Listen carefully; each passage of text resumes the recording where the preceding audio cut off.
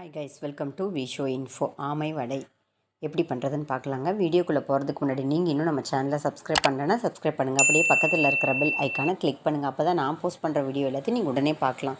வீடியோக்குள்ளே போகலாங்க. ஆமை வடை செய்ய போகிறாங்க.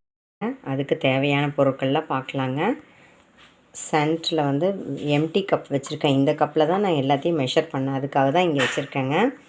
1 கப்பு துவரம்பருப்பு, 1 கப்பு பாசி பயிறு, 1 கப்பு கருப்பு உளுத்தம்பருப்பு, 1 கப்பு கடலைப்பருப்பு. இது ஒரு ட்ரெடிஷ்னல் டிஷ்ஷுங்க. இதில் என்ன ஒரு சேஞ்ச் அப்படின்னு கேட்டிங்கன்னா, ட்ரெடிஷ்னல் டிஷ்ஷில் வந்து வெள்ளை உளுத்தம்பருப்பு சேர்ப்பாங்க. நான் வந்து கருப்பு உளுத்தம்பருப்பு சேர்த்துருக்கேன். அப்புறம் அவங்க பாசி பருப்பு சேர்ப்பாங்க. நான் பாசி பயிறு சேர்த்துருக்கேன். உங்கள் விருப்பத்துக்கு தகுந்த மாதிரி நீங்கள் இப்படியும் செய்யலாம், அப்படியும் செய்யலாங்க. அப்புறம் 1 கப்பு பச்சரிசிங்க. பருப்பு எல்லாத்தையும் ஒன்றா ஊற வச்சுக்கலாங்க. அரிசியை மட்டும் தனியாக ஊற வச்சுக்கலாங்க. இப்போ கழுவிட்டு ஊற வச்சுட்டு பார்க்கலாங்க. பாருங்கள், பருப்பு எல்லாம் ஊற வச்சிடலாம். உளுத்தம்பருப்பு, துவரம்பருப்பு, பாசி பயிறு. இப்போ இதை கழுவிட்டு ஊற வச்சுக்கலாங்க. பச்சரிசியை தனியாக ஊற வச்சுக்கலாங்க. பாருங்கள், பச்சரிசி இப்போ நான் இந்த வேறு கப்பில் சேர்த்துக்கிறேங்க. இப்போ இதையும் கழுவி ஊற வச்சுக்கலாங்க. பருப்பு தனியாக ஊற வச்சாச்சுங்க. அரிசி தனியாக ஊற வச்சாச்சுங்க. ஒரு 6 சிகப்பு மிளகாயை பருப்பு கூட சேர்த்து ஊற வச்சுக்கலாங்க. பருப்பும் அரிசியும் ஒரு 3 மணி நேரமாவது ஊறட்டுங்க. 3 மணி நேரம் கழித்து பார்க்கலாங்க. அப்புறம் எப்படி அரைக்கிறது அப்படிங்கிறது பார்க்கலாங்க. ஆமை வடைக்கு பருப்பெல்லாம் ஊற வச்சுருந்தேன் பார்த்திங்களா. 3 மணி நேரம் ஆச்சு. நல்லா சூப்பராக ஊறியிருக்கு. மிளகாய் நல்லா ஊறிடுச்சுங்க. அதுக்கப்புறம் அரிசி தனியாக ஊற வச்சுருக்கோம். இப்போ இதை ஃபஸ்ட்டு பருப்பு, உப்பு, இந்த மிளகாய் இதெல்லாம் சேர்த்து நைஸாக அரைச்சிக்கலாங்க. அதுக்கப்புறம் அரிசியை தனியாக அரைச்சி 2ஐயும் ஒன்றா மிக்ஸ் பண்ணிக்கலாங்க. இப்போ அரைச்சதுக்கப்புறம் பார்க்கலாங்க. அரைக்கும்போது இந்த ரெசிபிக்கு தேவையான உப்பும் சேர்த்து நான் அரைச்சிருவேங்க. அரைச்சிட்டு பார்க்கலாங்க. பாருங்கள், பருப்பு, உப்பு, சிகப்பு மிளகாய் அதெல்லாம் ஒன்றா அரைச்சி எடுத்தாச்சு. அப்புறம் அரிசி தனியாக அரைச்சிட்டு 2ஐயும் ஒன்றா மிக்ஸ் பண்ணி வச்சுருக்கேங்க. இப்படி தான் அரைக்கணும். அதே மாதிரி தனித்தனியாக தான் ஊற வைக்கணும். அப்படி செஞ்சால் தாங்க கரெக்டாக வரும்.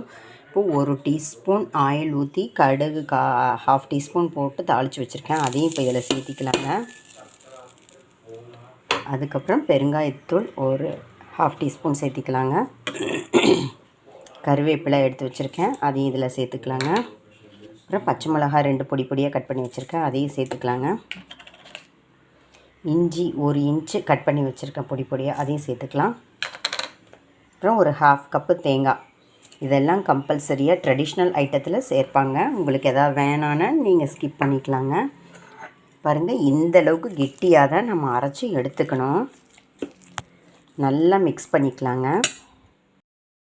ஆமை வடைக்கு மாவில் நம்ம என்னென்ன பச்சை மிளகாய், இஞ்சி, கருவேப்பிலை இதெல்லாம் சேர்த்தோம் பார்த்திங்களா. அதெல்லாம் நல்லா மிக்ஸ் பண்ணியாச்சுங்க. இந்த அளவுக்கு நல்லா கெட்டியாக அரைச்சிக்கணும். ட்ரெடிஷ்னல் டிஷ்ஷில் வந்து அவங்க பாசி பருப்பு தான் போடுவாங்க, பாசி பயிறு போட மாட்டாங்க. வெள்ளை உளுத்தம்பருப்பு போடுவாங்க. நான் கருப்பு உளுத்தம்பருப்பு சேர்த்துருக்கேன். அவ்வளோதாங்க டிஃப்ரென்ஸு. இந்த அளவுக்கு திக்காக அரைச்சாதான் நாம் இது கரண்டியில் இப்படி எடுத்து எண்ணெயில் போடுவாங்க. நான் வந்து ரொம்ப பெருசாக வேணாங்கிறதுக்காக சின்னதாக போட போகிறேங்க. ஆனால் ஆக மொத்தம் இது வடை மாதிரி இப்போ எல்லாம் செய்கிறாங்க. தப்பில்லைங்க, அந்த மாதிரி செய்கிறதுல தப்பில்லை. ஆனால் ட்ரெடிஷ்னல் ஐட்டத்தில் போண்டா மாதிரி தான் இருக்கும். கரண்டியில் எடுத்து ஊற்றும் போது எப்படி வருமோ அந்த ஷேப்பில் தாங்க வரும்.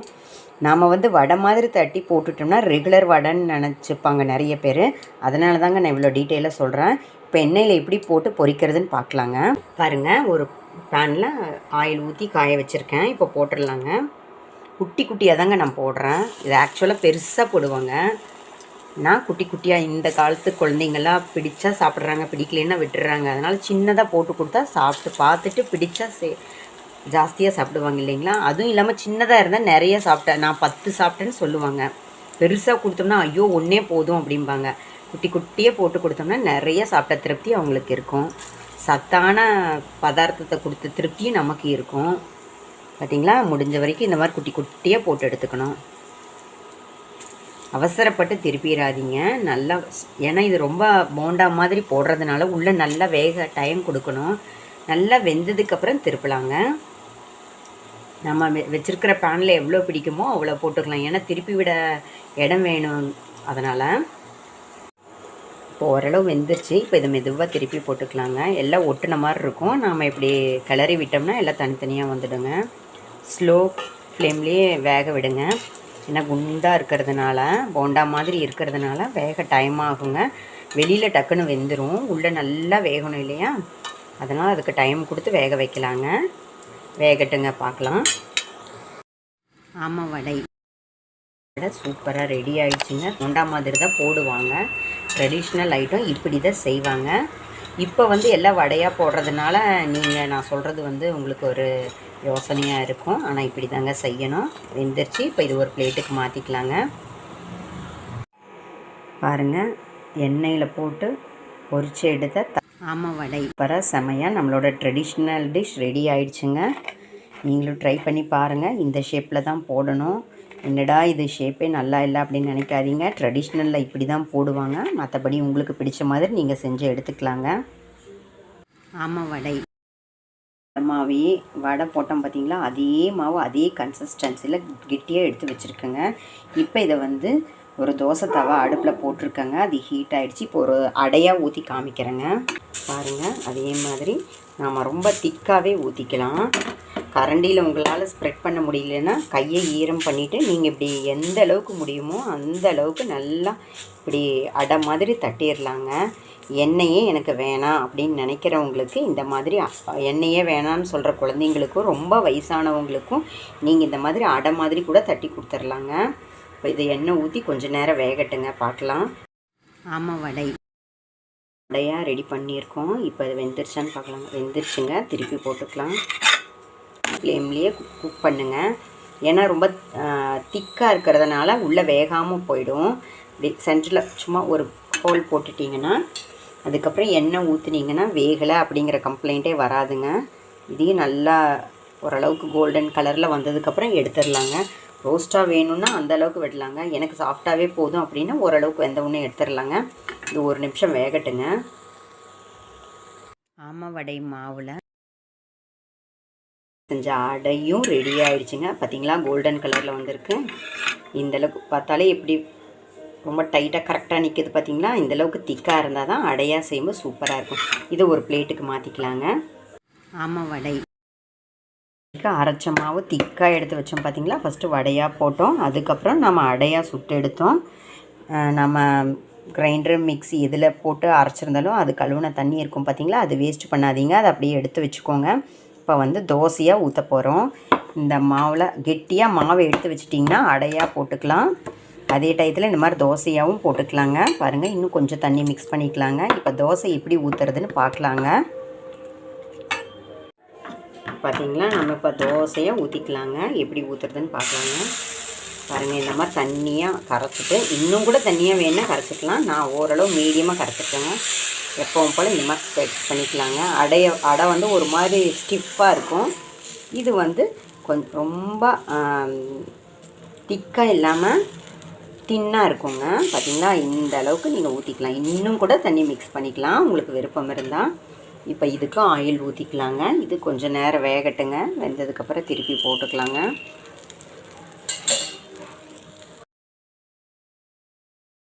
ரெடி ஆயிடுச்சுங்க. இப்போ இதை திருப்பி போட்டுக்கலாங்க.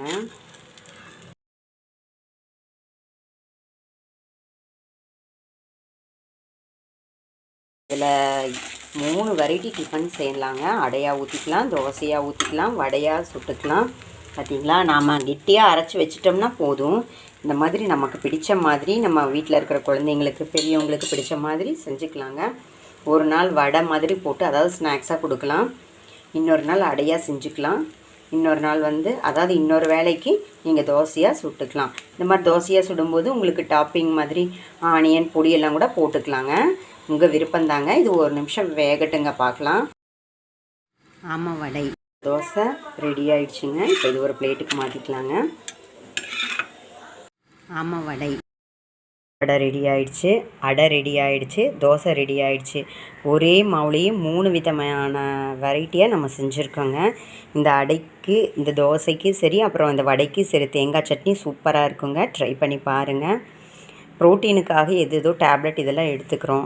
வாரத்துக்கு ஒரு தடவை இல்லை மாதத்துக்கு ஒரு தடவையாவது இந்த டிஃபன் குழந்தைங்களுக்கு செஞ்சு கொடுக்கலாங்க. வடையாக செய்யணும்னு சொல்ல வரல, தோசையாக கூட ஊற்றி கொடுங்க, தப்பில்லை. ஏன்னா இதில் நிறைய பருப்பு கம்மியான அரிசியில் செய்கிறோம். அதனால் டேஸ்ட்டு மட்டும் இல்லைங்க, சத்தும் ஜாஸ்திங்க.